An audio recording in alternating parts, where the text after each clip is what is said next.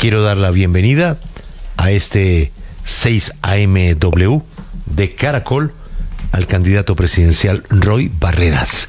Candidato, buenos días. Buenos días, Julio, a usted, a todos los oyentes de siempre y a la nueva 6 AMW Caracol. ¿Lo dije bien? Perfecto, yo todavía no he podido decirlo tan bien como usted. Usted lo dijo mejor. Óigame, don Roy, usted tiene mucho recorrido en el Congreso, en los gobiernos, en la observación del día a día político. ¿Usted recuerda un episodio de fuego amigo dentro de un gobierno como el que estamos viviendo hoy? Es que la denuncia que hizo hoy el ministro de Justicia, y es que lo está espiando el propio gobierno, más lo que está pasando con gestión del riesgo y el DAPRE, pues da una muy mala sensación de lo que es lo que usted llamaría la coherencia de un gobierno. ¿O hay antecedentes? No hay, Julio. La gobernanza, la estabilidad de los gobiernos es indispensable para que la sociedad sienta que hay rumbo, es decir, que el jinete que está al frente de ese potro que debe domarse, que es el aparato del gobierno, tiene la experiencia y la fuerza para conducirlo. Todos estos ruidos internos y contradicciones entre funcionarios transmiten otra sensación de inestabilidad que es indeseable y que por supuesto debe ser superada. No conozco las razones, sé que el ministro de Justicia ha sido un hombre valiente, ha hecho denuncias muy importantes, casi todas terminan siendo ciertas, y si él lo ha dicho, pues debe tener motivos de preocupación, pero eso no debe ocurrir. Los colombianos requieren en todas las épocas, y lo requerirán en el próximo gobierno, estabilidad, menos incertidumbre, más certezas, una conducción del país en el que la gente no tenga ni miedos, ni temores, y por supuesto no tenga ni fuegos amigos ni fuegos enemigos, es decir, no sea el odio el que defina el destino de Colombia.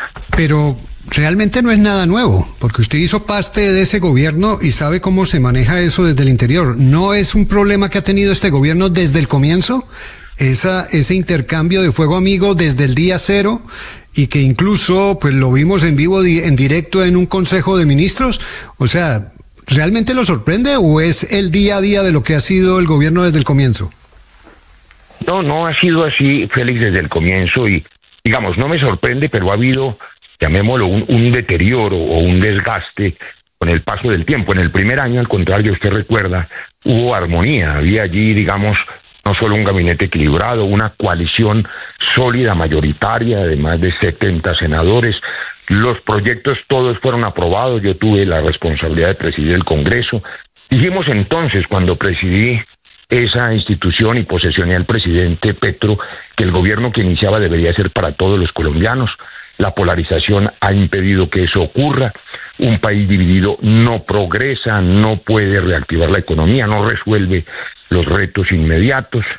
Y por eso lo que ha ocurrido en los últimos años, digamos, en los últimos par de años, y lo que ha ocurrido en los últimos meses, es ese nivel de tensiones internas que resultan indeseables, que además alimentan una oposición que también ha sido feroz, y que por supuesto cuando, digamos, las bases de un gobierno se agrietan o se atacan entre sí, del otro lado la oposición ve blancos mucho más fáciles para atacar. Es alimentar a una oposición de derecha que se debe frotar las manos frente a esos juegos amigos y esas disputas que tienen que cesar inmediatamente. Yo le digo a través de estos micrófonos de 6 AMW, si mi voz alguna escucha puede tener en los funcionarios del gobierno, no den más papaya.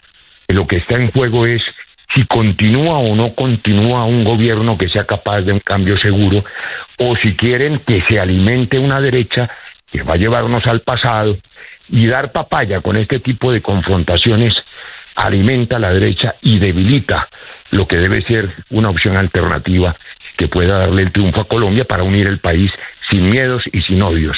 Así que ojalá apaguen los fuegos internos. Precandidato, el ministro de Justicia denunció que el software Pegasus fue usado ilegalmente para espiarlo a él y a su familia, y que esta infiltración habría sido ordenada desde el Ministerio de Defensa, por lo que dice que no confía en el ministro. ¿Qué mensaje da esto?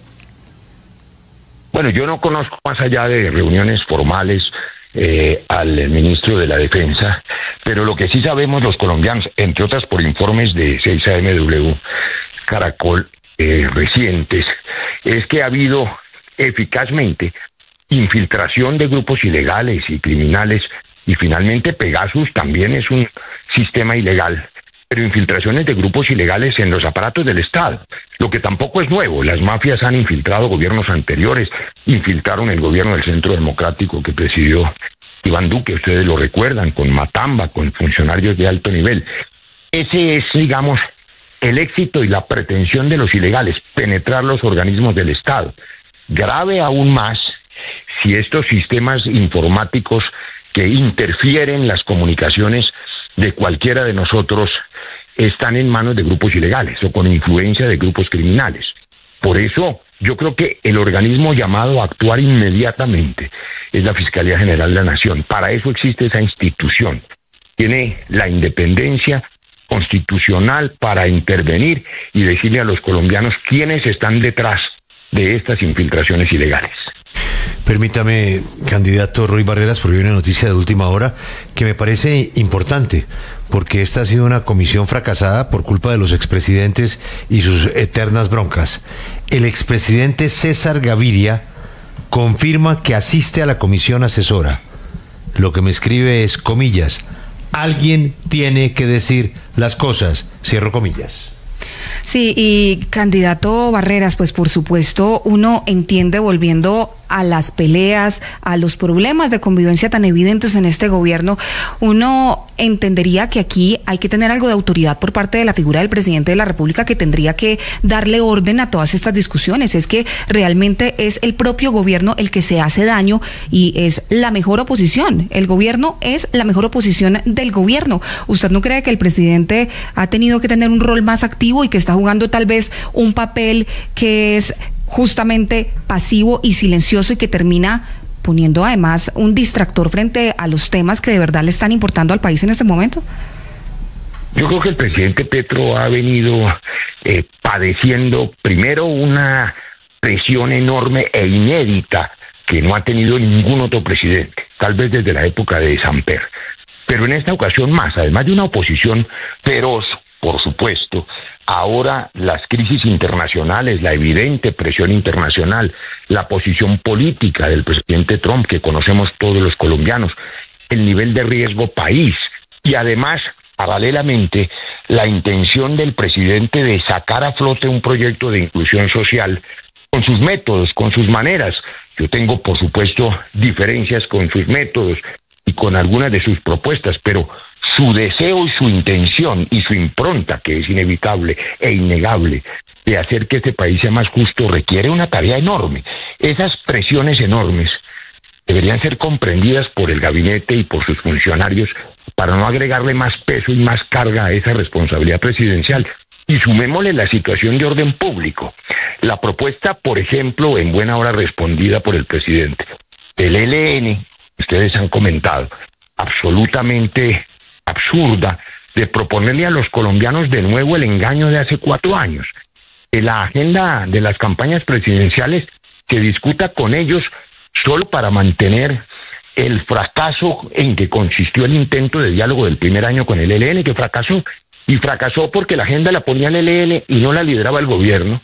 Y terminamos viendo cómo había que cumplirle periódicamente al ELN con sus exigencias, mientras se les abrió la posibilidad de hacer política con armas en los territorios, inclusive, en lo que llamaban una especie de asambleas populares o conversatorios, sin que ellos dejaran las armas. Pero permitió que crecieran. Eso hace que el presidente tenga una carga adicional ahora. Es, como lo está haciendo, controlar el orden público y rechazar esas pretensiones, las del ELN y las del otro personaje, el señor Mordisco, proponiendo hacer una unión de guerrillas y de ejércitos mafiosos. Pero, candidato, usted lo pone como si alguien distinto al gobierno se hubiera inventado la paz total y como si alguien distinto al gobierno hubiera insistido en persistir y persistir y persistir en unos diálogos que parecen no ir hacia ninguna parte. ¿No será que habría que reconocer que eso fracasó y hacer una cosa completamente diferente? Bueno, yo lo dije no solo hoy, lo dije en el primer año de gobierno, siendo presidente del Congreso. Yo soy un constructor de paz, fui a La Habana a construir con un equipo que, como sabe todo el país, lideraba el presidente Santos, Humberto de la Calle, una gente muy experta, la posibilidad de desarmar, de que se sometieran al Estado de Derecho y se articularan a la sociedad los miembros de la guerrilla más grande y antigua de América Latina. Ese fue el acuerdo del Teatro Colón, que tuve el honor de firmar con otros compañeros a nombre del Estado colombiano. Es decir, sabemos cómo se hace la paz, pero recordemos dos cosas que marcan una diferencia fundamental en el método y en el rigor. Nosotros fuimos a esas conversaciones desde la fortaleza del Estado. Los 3 años antes, entre otras cosas bajo el Ministerio de Defensa de Juan Manuel Santos, habíamos logrado tal presión sobre las FARC que tuvieron que ir a negociar, pero además había método. Nada estaba acordado hasta que todo estuviera acordado, y desde el principio quedó claro que era para dejar las armas, no para cambiar el modelo económico, ni para reformar y refundar el Estado sin ningún compromiso. Ese método, por un error desde el principio, lo digo hoy, claro que fracasó, pero eso no significa que no repitamos una cosa fundamental. Solo un Estado fuerte es capaz de conducir o procesos de paz o de sometimiento a la justicia con la fuerza legítima del Estado. Óigame, hay que fortalecer el Estado. Candidato Roy, óigame, yo lo escucho hoy, he estado concentrado oyéndolo, mejor dicho. Y yo digo, si lo está oyendo el presidente, no lo debe estar queriendo mucho a usted. Y aún así usted va a irse por el Frente Amplio a una consulta, o después de oírlo, ya usted partió cobijas. No, Juan Diego, no creo. Lo que he dicho en esta entrevista, y gracias por su concentración, lo conoce el presidente, repito, y desde mi primer año, cuando tuve el honor de presidir el Congreso.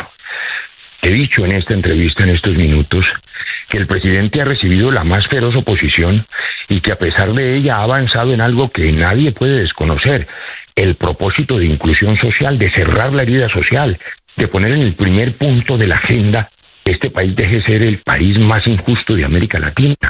Eso es un legado del presidente Petro que la oposición quiere desconocer, y es una tarea descomunal, porque hoy nadie niega que hay millones de colombianos antes excluidos, antes olvidados y abandonados, que ahora saben que tienen derechos, y que este proyecto político que ahora se concentrará el 8 de marzo en el Pacto Amplio es un proyecto que hará respetar esos derechos, esas libertades de las mujeres y de los jóvenes a tener futuro, de los adultos mayores a tener su respaldo en su bono pensional. En fin, esos avances son indiscutibles. Lo que he dicho es que lo que hace diferencia es el método, la manera de hacerlo. No basta la buena voluntad. Si los médicos entramos a cirugía para hacer cualquier procedimiento cardiovascular sin conocer el método, con un método equivocado, por más que haya buena voluntad, se muere el paciente. Eso fracasó en la paz total de lo que estamos hablando. Y creo que todo el mundo está de acuerdo, empezando por el presidente, que ha escrito en las últimas horas, y le doy la razón, que el ELN desperdició una oportunidad a sangre y fuego y se dedicó a hacer daño. Ha dicho muchas veces, y yo comparto eso, en Colombia ya no hay guerrillas, hay ejércitos mafiosos que se fueron degenerando hacia el narcotráfico y que ahora hay que combatir y recuperar el territorio. En eso estamos de acuerdo, el presidente, conmigo y con la inmensa mayoría de los colombianos. Él es Roy Barreras en 6AMW de Caracol. Candidato, gracias, y seguiremos hablando. Seguiremos hablando los próximos meses y los próximos 4 años. Muchas gracias, Julio, y felicitaciones por el nuevo exitoso experimento, 6AMW Caracol. Ahora ya lo decimos bien ambos. Se lo aprendió perfecto. Muchas gracias.